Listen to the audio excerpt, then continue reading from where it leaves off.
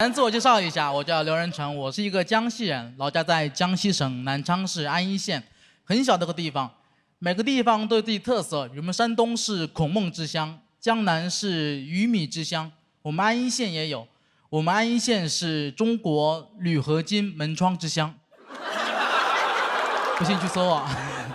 我家做门窗的，从小我见过的每一个亲戚都是做门窗的，这导致了什么结果呢？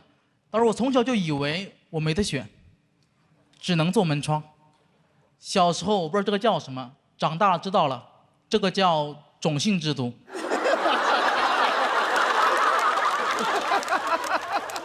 在印度，有的人出生就是婆罗门，我出生铝合金门。从小在店里面长大，我家店有个非常严肃的名字，是我爸取的，叫胖子门窗。能听出来我爸是个非常真诚的人。他这个名字取的呀，你都不用进去就知道里面有什么。胖子和门窗，毫不意外，真的。但我爸显然没有考虑我的感受，在胖子门窗下面长大，真的这样会被人嘲笑。我小时候感觉那4个字“胖子门窗”像诅咒一样诅咒我的人生。我又很不争气，很快变成了小胖子。这时候再看那4个字，感觉人生的进度条完成一半了，就差做门窗了。这种宿命感一直笼罩着我，很困扰我。我记得小时候上学，第一次学那个岳母刺字，非常感动，但转念一想，有点害怕。我怕我妈也这样。回到家做噩梦了，梦到我妈在后面纹了4个字。不是啊，是上门安装。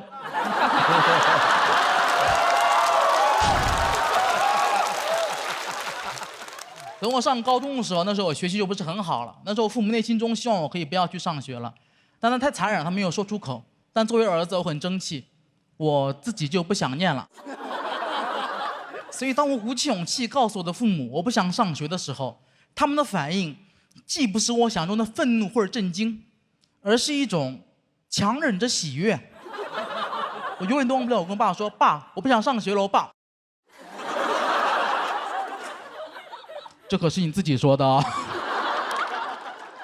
没有人逼你吧？真的毫不夸张哦。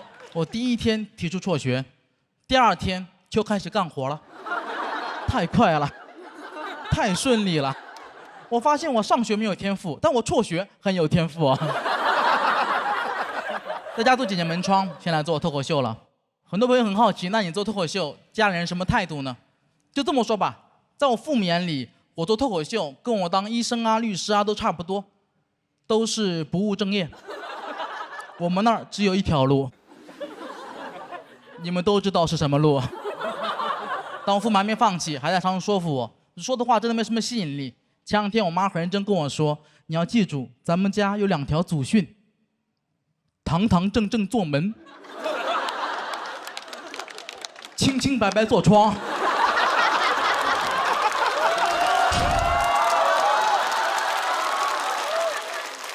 我说妈，这也太荒唐了。不过你们能听出来，我们那儿确实算得上是名门望族，没有书香，全是门第。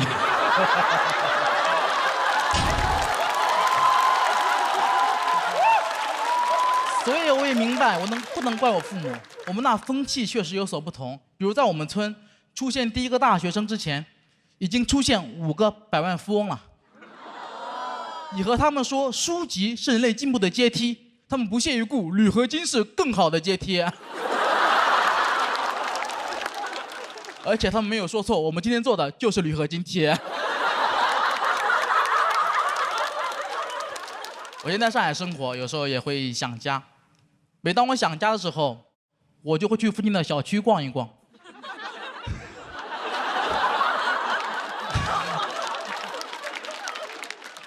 看看他们的铝合金窗啊，不锈钢防盗窗啊，缓解我对家乡的思念。这是我的乡愁。时间久了，附近小区的保安也认识我了，不让我进去了。非说我在踩点。我跟他解释呢，保安大哥，说出来你可能不信，我有这种爱好，我喜欢观察防盗窗啊，装的结不结实。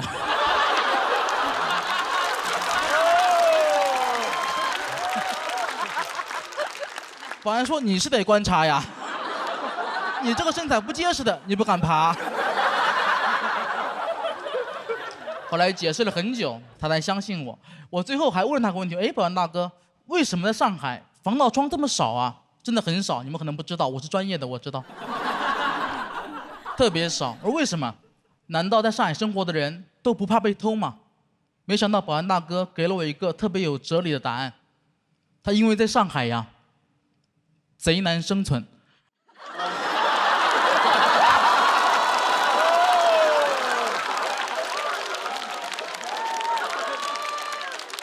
我小时候确实不理解我父母，从前一直不理解他们对这种门窗的执着。我觉得我现在在做脱口秀了，我很喜欢这种工作，很热爱它。为什么老让人去做门窗？难道我做脱口秀还能被饿死吗？去年开始理解了。这个听妈妈的话呀，是有道理呀。这个脱口秀是没有门窗稳定啊。我现在也想通了，人呐不用那么极端，人可以有很多的身份。重新介绍自己，我刘仁成，脱口秀演员、喜剧编剧、铝合金门窗传承人。我们这个行业要再动荡啊，我就去继承家业了。广告语都想好了，在这个世界上，上帝可能会为你关上一扇门或打开一扇窗，但胖子门窗永远为你上门安装。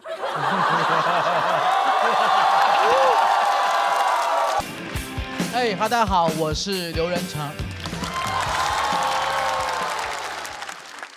我现在是在上海生活，平时出门我主要靠骑电瓶车，但我一直有个习惯，就是我不太喜欢戴头盔。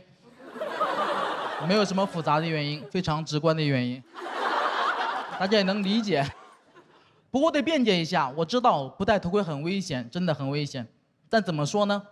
肥胖也很危险，糖尿病也很危险。我顾不过来了。人生嘛，到处是危险，暂时顾不了这一头了。太胖了，生活就很不方便。比如我现在是一个全职的演员，将坐飞机，我觉得飞机厕所太小了。前两天上了个厕所，印象特别深刻，就厕所里面我转不了身，非常尴尬。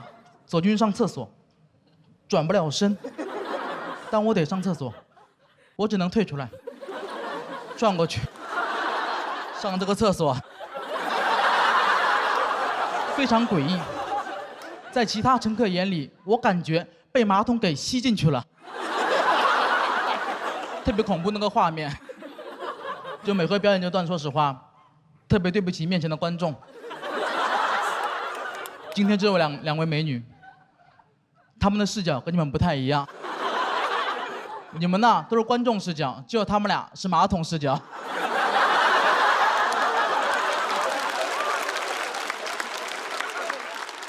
当时我真的很小，坐不下去，就想坐下去的话，我只能不断的把身体往下挤，就往下挤。就当我坐到马桶上的时候，我发现我被死死的卡住了。这个时候好死不死，飞机开始了颠簸，空姐跑过来提醒我：卫生间旅客，飞机遭遇了气流颠簸，请一定要注意安全，握紧扶手。我说，就没有这个必要了，已经够紧了。你给我倒杯咖啡来吧，我想松弛一点。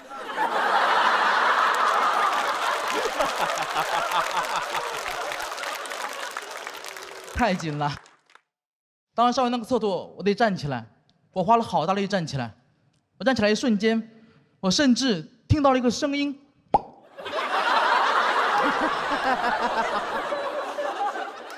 就当时厕所里面等位大哥都懵了，怎么，里面开香槟了？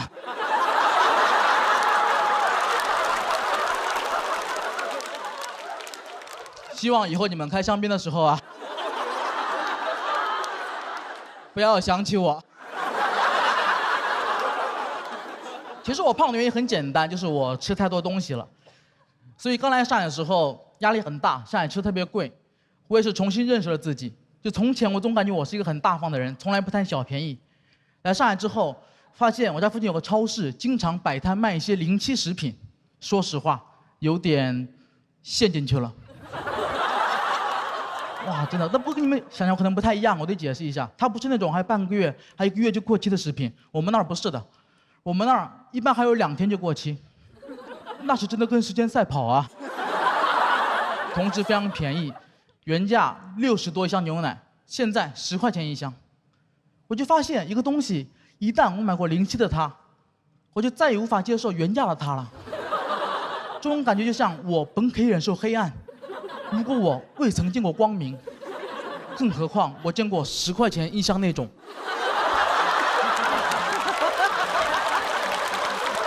自我反思吧，我觉得我这个人不够慷慨什么的，但最近我的朋友们不这么觉得。我的朋友觉得我非常大方，因为我经常无缘无故请他们吃饭，没有任何原因，一进门就让他们快点吃。上一次付航来我家问我呢，说今晚吃什么呀？我说别问我，时间会给你答案。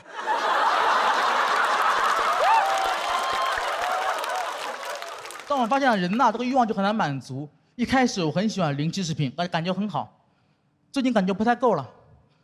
前2天买东西看中了一盒樱桃，我问老板多少钱，老板说40。老板，咱们不是临期食品吗？怎么还要40？老板说咱们是临期食品。不是过期食品，2斤樱桃40不贵了。说实话，确实不贵了，但我已经魔怔了，我无法正常思考了。那过期的多少钱？这时候旁边阿姨看不下去了，小伙子，你有病啊？那过期的你不用买呀，你去捡好不啦？我说有道理哦，老板，咱们一般扔哪儿呀？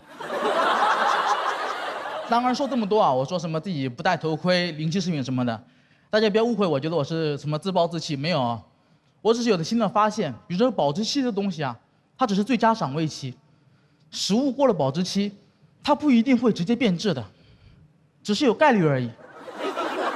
所以我现在在家吃饭，有点像赌博，赌赢了开香槟，赌输了开香槟。我是刘成，好，大家好，我是刘仁成。我很喜欢这期主题啊，因为我小时候真的跟星爷一样问过我爸这个问题：爸，不上班行不行啊？因为我家是做铝合金门窗的嘛，所有的活都在家里面干，真的很吵。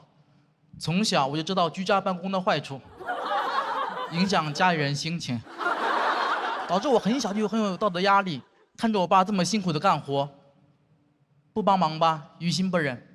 帮忙吧，真不想帮。哪有小孩8岁就喜欢打螺丝的呀？先天流水线剩铁。这8岁的我竟然跟中年男人一样，放学了之后不回家，就找个小公园坐着，什么都不干，叹气。旁边中年人看着很奇怪，小朋友你怎么了？我说跟你一样，家家有本难念的经。他说什么经啊？我说铝合金。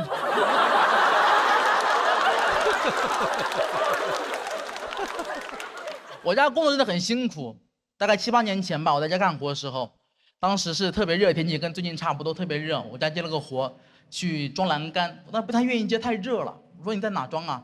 他说18楼顶，给我气坏了。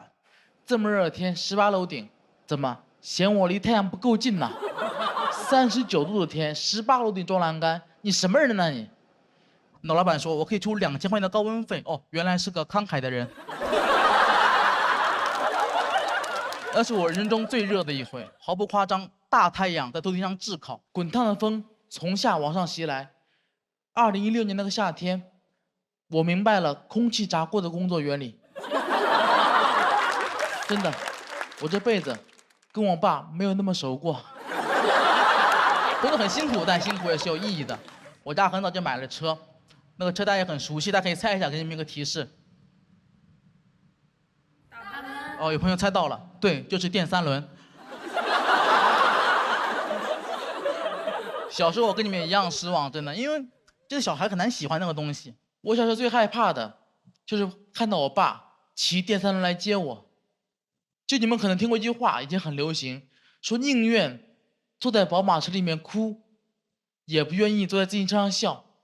你看话都说这么难听了，他都不好意思拿电三轮举例。坐在电三轮上哭笑不得。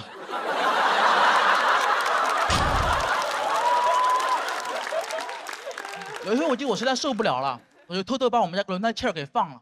我心想这明天总不能来接我了吧？没有用，还是来了。电三轮太稳定了，2个轮胎有气儿就够了。你听我爸就这么歪歪扭扭把我送回了家，哇，真是弄巧成拙。那天之后，同学们都传我把电三轮压塌了。现在想起来，那时候真的很幼稚。我小时候对我们电三轮这种嫌弃是没有道理的。电三轮什么都没有做错，他做错了什么？他只是比普通电瓶车多一个轮子而已。多一轮怎么了？我现在就想多一轮。能多一轮是一轮，3轮不够，我要2个3轮，我要走6轮。但是我数学之后嘛，我也得去骑电三轮送货。长大不一样，很快就坦然接受这个事实。我发现其实我还挺喜欢骑电三轮的，而且我不得不承认，我的气质就像骑电三轮的。你在路边随便辆电三轮，只要我坐上去，你就感觉那是我的车。大家不要小瞧电三轮，我给大家安利一下，姐妹们，真的非常好。电三轮真的很不错，很棒的。电三轮特别能装货，就市面上所有号称自己空间大的 SUV。都比不过电三轮。SUV 你空间再大，那也是有极限的。电三轮，只要你敢往上叠，天空才是你的极限。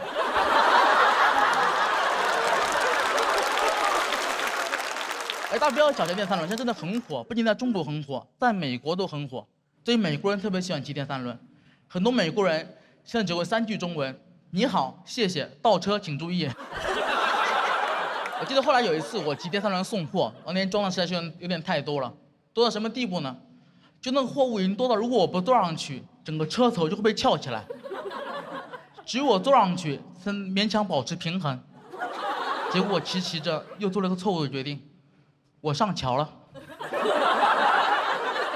没过2秒就起飞了，给我吓坏了。我200多斤体重啊，第一次摆脱动力的束缚，怎么这里是风口，我也能飞起来？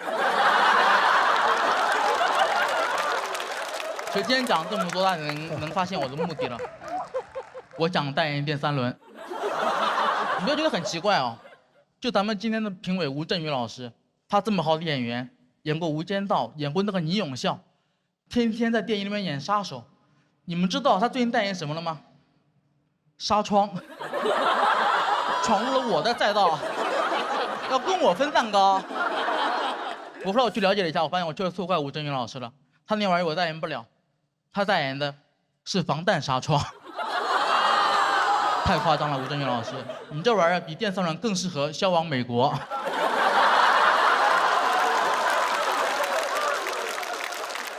就今天能来这个舞台，我真的很开心。有很多朋友是坐高铁来的，坐飞机来的，只有我知道，我是我爸这么多年骑电三轮歪歪扭扭送过来的。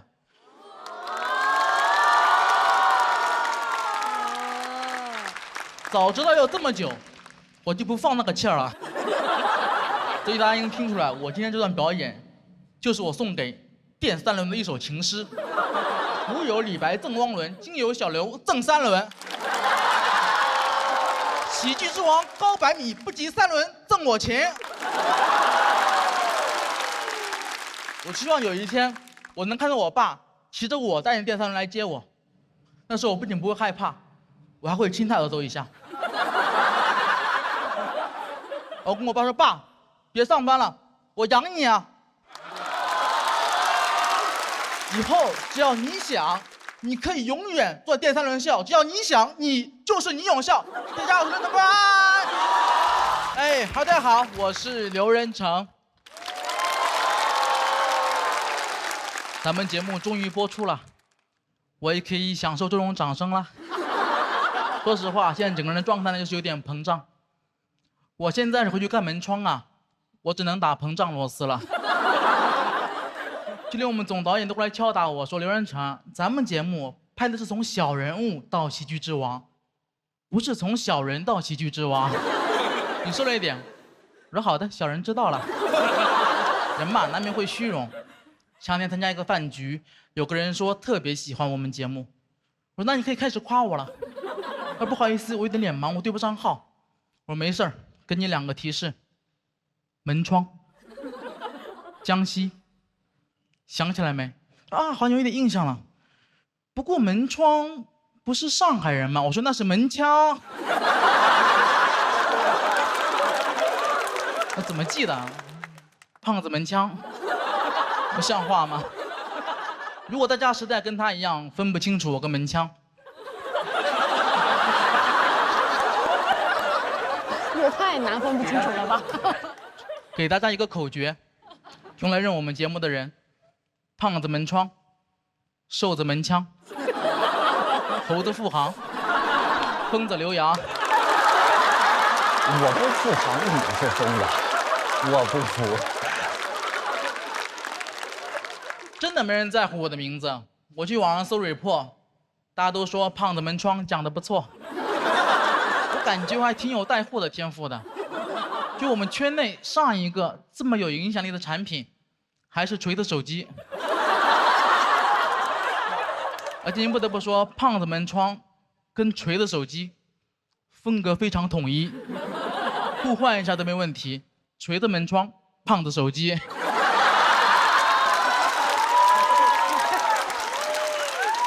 但大家还是记一下我的名字吧，我挺喜欢我的名字的，刘仁成，我非常喜欢这个名字，因为按照我爷爷本来的想法，我应该叫刘仁同，我也不用说是哪个同，我哥叫刘仁刚，我堂哥叫刘仁铁，大家能发现起名规律了，非常传统的家庭，家谱是元素周期表，万磁王来了直接灭门。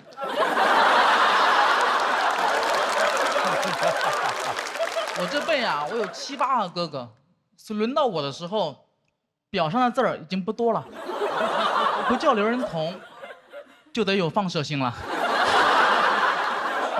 那我也是早出生100年，我妈刘夫人可能比居里夫人更早发现镭元素。我上轮节目表现非常好啊，同场演员给了我高度评价，说看我演出有种看国外顶级单口演员的感觉了，没有字幕根本听不懂，长得不是很好，一直在吃字吃螺丝什么的，说实话整个人很沮丧。我觉得我说话不清楚可能跟方言有关，我们江西话真的很难听懂，比如我现在说一句大家可以听一下，尝试理解一下。要是两不等个叫我瓜懂。好，没有人理解。翻译一下，这句话的意思是：你们要是听不懂，可以给我鼓下掌。这就是上海，讲苏北话你们哄堂大笑，讲英语你们疯狂鼓掌，我讲我安义县方言你们也可以理解，毕竟比起安义县，旧金山离上海更近一点。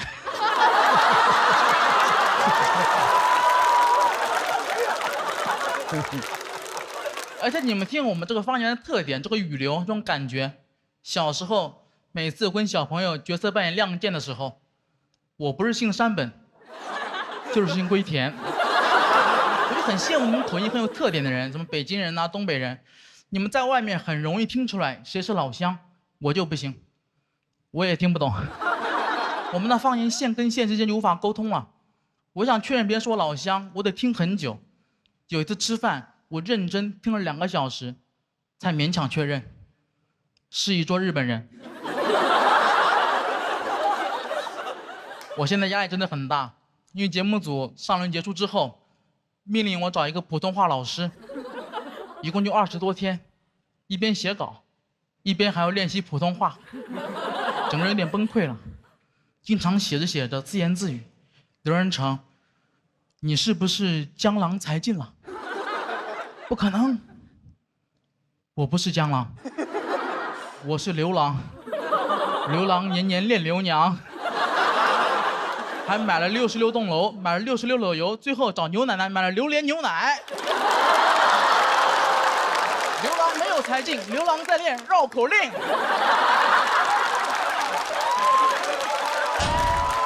老师还让我去看那个电影，叫《国王的演讲》。你们看过那部电影吗？看过。讲的是一个国王通过不断努力克服自己口吃的故事。我越看越生气。那么这个国王也太窝囊了，你都是国王了，你怎么还要努力呢？你用你手里的权力呀，你制定规则呀。我要是能当国王，我第一步我就取消前后鼻音。我根本分不清，以后这个国家就不允许说话太清楚了。对国王没有 respect。德云社老师，对不起了，你们说话太清楚了。以后再发现你们被灌口，就得惩罚你们了。也不摘字了，把你们后鼻音都给摘了。岳云鹏、阎鹤贤、郭德纲。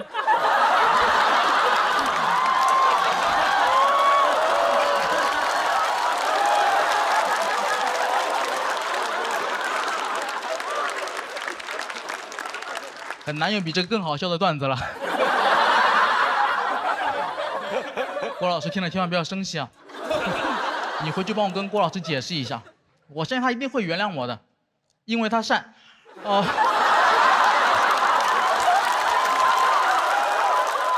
善解人意。这个段子杨丽跟我说能讲。这还可以承担。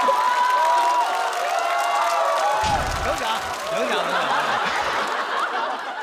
我最后再说一句啊，其他人在拜拜。人很奇怪是吧？因为这句话就我上一轮真实的表现。我上一轮演出太糟糕了，最后一句话就这么说的，所以我等了24天，就是想等一个机会，我争一口气。我不是想证明我了不起，而是要证明我失去的东西，我一定要夺回来。我吃掉的字儿，我要一个一个吐出来。其他大友人拜拜。谢谢大家，我是刘仁成，再见，拜拜。好了，大家好，我是刘仁成。很开心啊，确实新的一期节目，时间过得真快。去年节目也是收获了很多。前段时间我还去拍电影了，其实就是跟付航一块去拍鹏哥的《长安的荔枝》。当然我知道我在节目上一上来就讲这些不太好，对吧？大家毕竟不喜欢看我们这种电影演员录综艺。开玩笑，其实当时很受宠若惊了，提前在家准备练台词、练普通话什么的，说一定要演好。结果告诉我演一个动人。刚刚彭导提到过动人，其实大家可能不知道是哪个字，我告诉你们是哪个字，是一个单人旁一个同。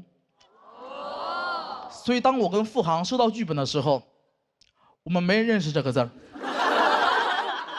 我还问付航呢，咱们第一次拍电影就演同人？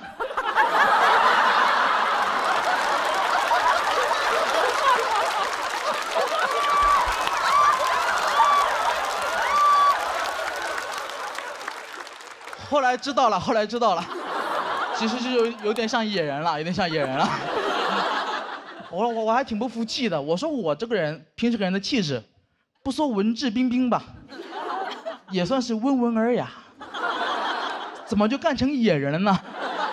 我去网上搜野人有什么特点，告诉我3个特点：皮肤黝黑，体型巨大，缺乏语言能力。冲我来的，好，我服了。我不仅服，我还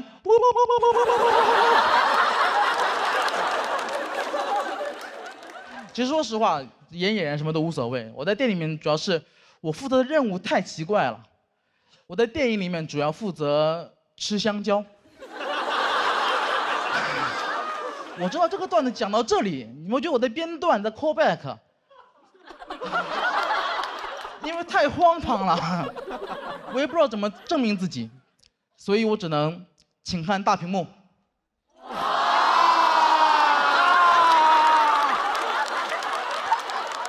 所有语言在这面前都显得很苍白，你们知道吗？但我更不能接受的是，副行不用吃，凭什么？我觉得我去拍电影之前，我有做好心理准备，就是我可能需要吃很多苦，但我没想到需要吃那么多的香蕉。我有一天拍摄，我吃了30多根香蕉，6斤多的香蕉，什么概念？没吃饱。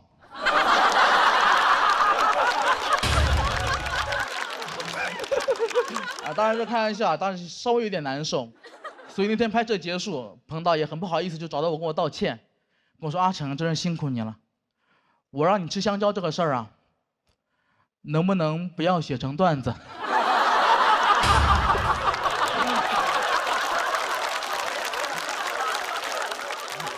当然说这么多，我不是在质疑大鹏导演，当然不会，我只觉得我们的喜剧理念有点不一样。我喜欢那种喜剧啊，应该是那种双线结构。故事像2条平行线一样，永远不会有香蕉。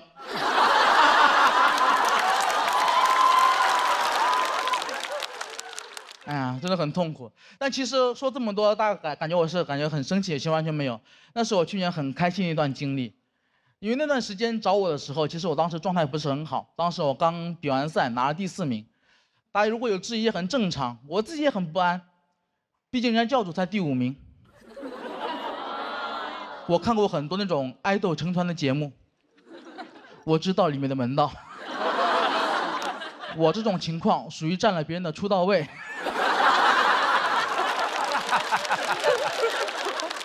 所以很长段时间我就很害怕，我总觉得大家会骂我，会网暴我，我就生活在那种痛苦当中。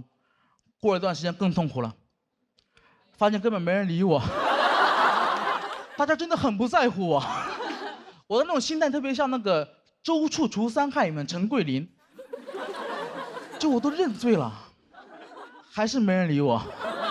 别给我这个第4名逼急了，逼急了我也可以除3害。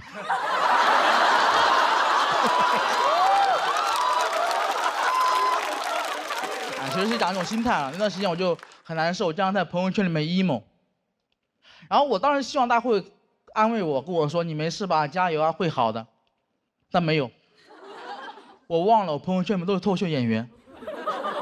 凌晨1点半，我发朋友圈说压力太大了，要崩溃了，扛不住了，怎么办？他们回复：好看爱看。就是这么残忍。他们很多人很看不惯我，他们喜欢指责我一点，他们觉得我太矫情了。他们觉得没被骂不就行了吗？刘润成，你做人不能既要又要。我特别讨厌这句话，因为我发现从小到大，只要我遇到一点点好事儿，就有人跟我说不能既要又要。遇到困难从来没有。那小时候老师让我既要学好语文，又要学好数学的时候，怎么没有一个正义的人跑出来说人呢不能既要又要？我说那物理我也不要。从小课文也这么教我们，告诉我们什么天将降大任于斯人也，既要苦其心志，又要劳其筋骨，既要饿其体肤，又要空乏其身，还要行拂乱其所为。我看了就觉得，老天你真敢要啊！这个大任我先不要了，谁要谁要，我不要。我是胡彦斌，你要的全拿走。反正我不要。态度要求太复杂太困难了，怪不得这段话最后一句是所以增益其所不能呢。你这么难，他表示不能，他再也不敢要了。只会说哎是谁在唱歌啊？所以真的，所以去年能拍电影我真的很开心，那是我去年最开心的一个事儿。除了拍电影之外，还有一个更重要的事儿，就是我去年在拍电影的时候。我见到了杨幂。说实话，我从小就非常喜欢杨幂。不要纠结从小。但我真的从小就非常喜欢杨幂。但那天我没敢主动跟杨幂说话，因为我这个人有个问题，当在我的工作中遇到自己喜欢的偶像的时候，我从来不敢主动说话，我怕这样不职业，也不知道我在装什么。但那天，杨幂主动跟我说话了，因为她认识我，她看过我们节目，她说很喜欢我的表演。你们也太配合了。他甚至一见面跟我主动开了个小玩笑，他跟我说：“哎，你怎么在这儿？你不装门窗了？”一个小玩笑，但当时我真的很开心，因为我从来没有想过，我刘仁成，我能靠自己的努力，让自己从小就非常喜欢的偶像也喜欢我，并且认识我，并认可我，我感觉自己太了不起了。那一刻，我觉得我或许配拿那个第4名。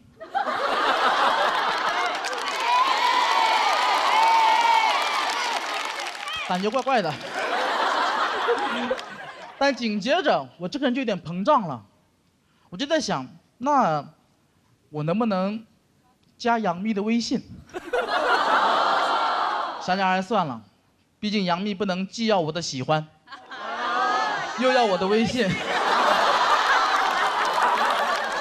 当然是开玩笑，当然开玩笑的。真实原因是当时我思考了一下，就如果我们加了微信的话，幂姐可能会看到我的朋友圈。他会发现我很痛苦，他人这么善良，看到我这么痛苦，一定会过来安慰我，跟我说：“你没事吧？”谢谢大家，我是刘晨，拜拜。大家好，我是刘仁成，非常开心看到大家，谢谢大家。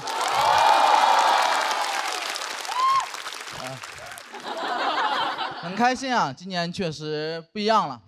去年节目结束之后，很多朋友就认识我嘛，也了解了我们家的产业，经常见面就喊我门2代，但还少开玩笑。但真有人在网上造谣说我家其实很有钱，我还挺难受的。还有人说我之所以能进总决赛，是因为写到了付航的合同里面。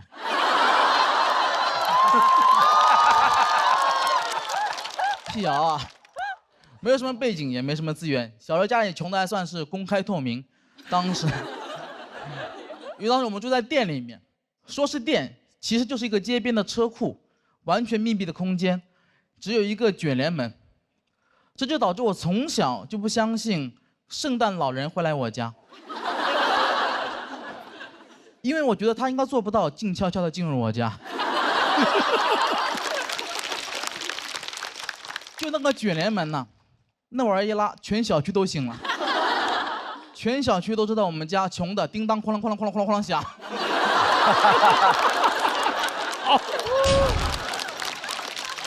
但我从小对那个卷帘门就有很大的意见，因为我觉得太吵了，而且我们家就是做门的，为什么用一个这么差的门呢？我就很不服。有时候看那个门有点想哭。古话说得好，变身罗绮者不是养蚕人。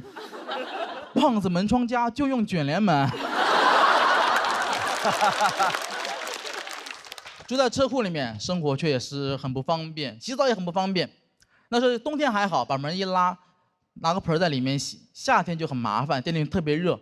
有2年我爸就特别嫌麻烦，他就直接让我在门口洗澡。你没有听错，门口洗澡，门口大马路上洗澡。其他小伙伴都去公共浴室洗澡，只有我公共场合就是我的浴室。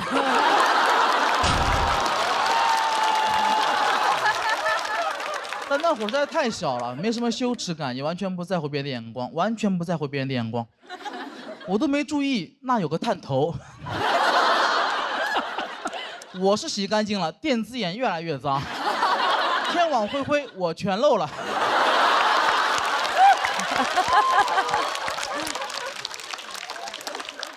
但我从小还是比较懂事的，一边在家里面店里面去帮忙照顾生意，一边去努力的学习。从小我就知道，这是不锈钢，这是铝合金，这是陋室，惟吾德馨。米兰昆德拉有一本书叫《生活在别处》，我童年也是一本书《生活在车库》，所以我就很想住在很高的地方，那是我的梦想。等我真有条件之后，前2年还没上节目，赚了一些钱，工作了，我就想住高一点。我住在上海静安区的一个老房的7楼，可以便宜一点，演出方便一点。大家如果了解会知道，其实法律规定啊，一个房子没有电梯的话，只能修到6楼。但我住在7楼，严格来说，那段时间我住在法外之地。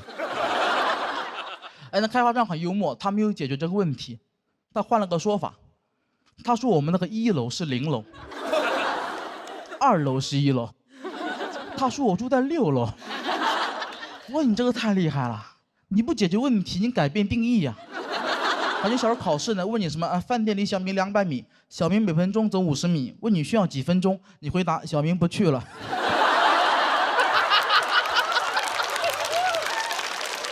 小明可以点外卖，今天想吃黄焖鸡。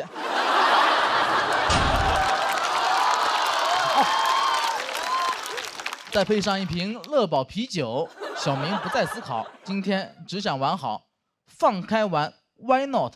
小明吃饱喝好，乐宝。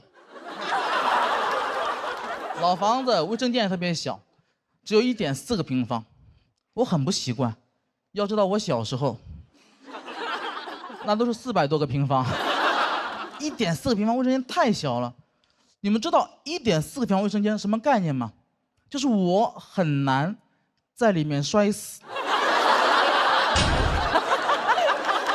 是。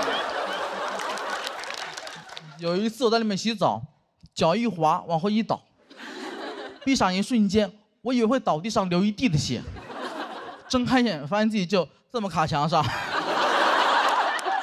整个人什么事儿都没有，一点伤都没有，全都是泡沫。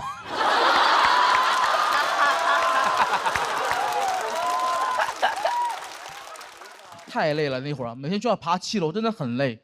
我观察过我身边所有7楼的邻居，没有人爬7楼是很开心的，就没有人爬7楼之前会大喊一声“Go Go Go， 出发了”。那段时间我只爱外卖小哥，毕竟爱是常觉亏欠。我那时候点外卖，主动把门打开，在门口等他，不舍得让他敲门，怕他没有力气。也怕他砸门的时候太有力气，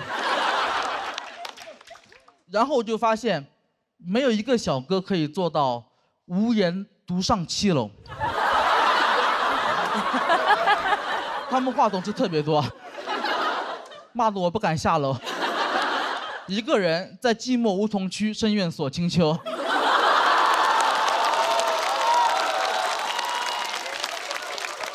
我那时候，我甚至可以通过听就判断一个小哥是不是跟我一样胖，不用看，听就可以。跟我一样胖的很好听，你就听那个脚步声，一开始还很欢快，是那种哒哒哒哒哒哒哒哒，过一会儿会变成哒哒哒，然后会变成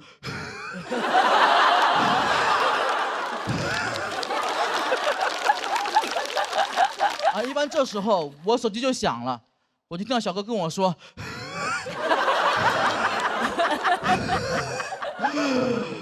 我到5楼了，你准备一下出来拿一下吧。”我说：“其实你在4楼。”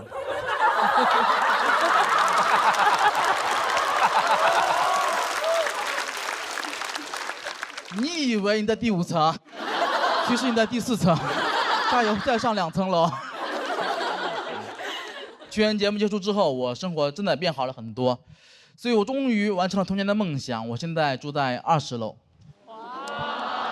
有电梯。这是上海吗？你们在干嘛？但我真的很开心，真的住得很高的地方，而且我们家现在卫生间也很宽敞，所以为了弥补我童年的遗憾，我现在每天洗5次澡，怕忘了在床头刻了一个早字。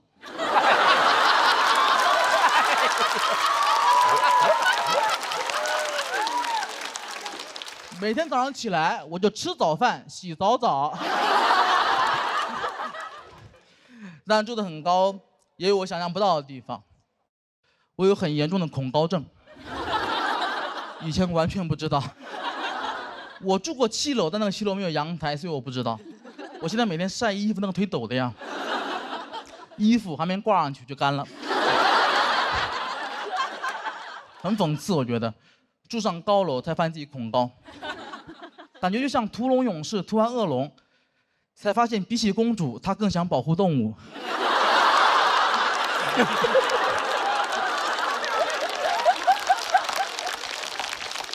但我觉得这都是我可以接受的，因为我是一个有钱人，这是有钱人可以忍受的。有一天，我请我朋友来家里吃饭，他突然给我看了个新闻，他跟我说，高层住宅未来即将变成贫民窟，这个我无法接受。但他讲的很有道理，我也听进去了。他给我举了很多例子，他说现在美国就这样子，这是一个城市化的趋势。现在美国在芝加哥市中心的高层已经住满了穷人，而那些有钱人早就搬到了郊区的别墅。他们平时最爱待的地方，就是他们家的车库。